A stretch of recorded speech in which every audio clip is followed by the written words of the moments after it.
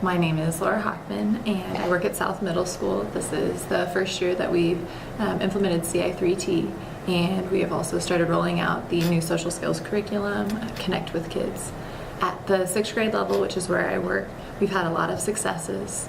We've found that with this curriculum, it's really accessible for the students, particularly starting each lesson with the videos, allows each of the students to actively participate without having to speak up first.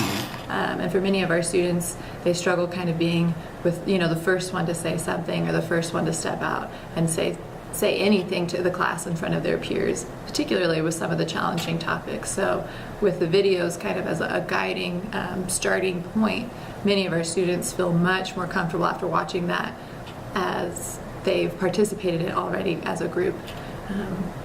We've also really enjoyed a lot of the activities that have gone along. If anything, I think we would probably would love to have more time to really go dig a little bit deeper. Often, we're talking right up to the bell, and students are so engaged at that point that they're kind of caught off, guard, and the time really does fly by. Even yesterday's activity that we did, even before we had gotten started, we kind of talked about what the video was going to be about. And with this one, it was specifically talking about students having convictions about specific things they strongly believe in. And the topic at hand was smoking, which for some of our students, could be 50-50. Either they've had no exposure, peer pressure to it, or they've experienced a lot. And several of our students jumped right on, oh, we're going to learn about this. We've already talked about this in our life skills classes. And they were so excited to kind of have a leg up. And then for those students who haven't had that class yet, well, they'll have it 3rd or 4th quarter. I think they'll feel even more comfortable participating in that conversation and being able to engage with it. We've watched several videos so far with bullying, and it's something that they learn about every year. So definitely a frequent theme. I think with the social skills curriculum, though, I ended up co-teaching that lesson with another teacher, and we really pushed the students to go further than kind of that surface area of, okay, what would you do as a bystander? And for some of the students, first of all, I'd say, I would say stop bullying, and kind of pushing them to dig, what would you really say? So the students worked in small groups and collaborated to come up with what are some realistic responses that they could actually say in a situation, and even sometimes by not saying something, how can they remove themselves or their friends from that situation too? So I think that was really helpful for them, and also gave them more language, more experience when they have those sessions with the counselors in other classes. Great. Currently at South Middle School, we've got the 6th, 7th, and 8th grade. As a 6th grade teacher, we're kind of seeing, it's the first time our students have been exposed to this since they may not have had it previously. So the way it's supposed to work too is sort of the lessons have similar themes, similar topics, but just kind of building upon them and digging a little bit deeper each year.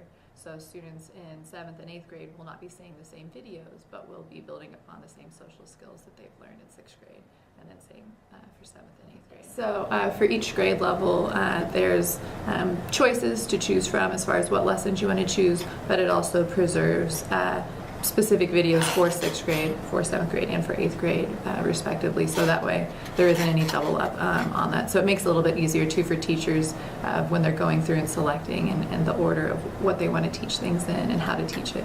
That way they don't have that here. The teachers have really appreciated. There's kind of that PDF document that kind of outlines, with a brief subtopic of this is what the lesson's about, here's the link, and that as soon as you click on that, it leads you directly to it.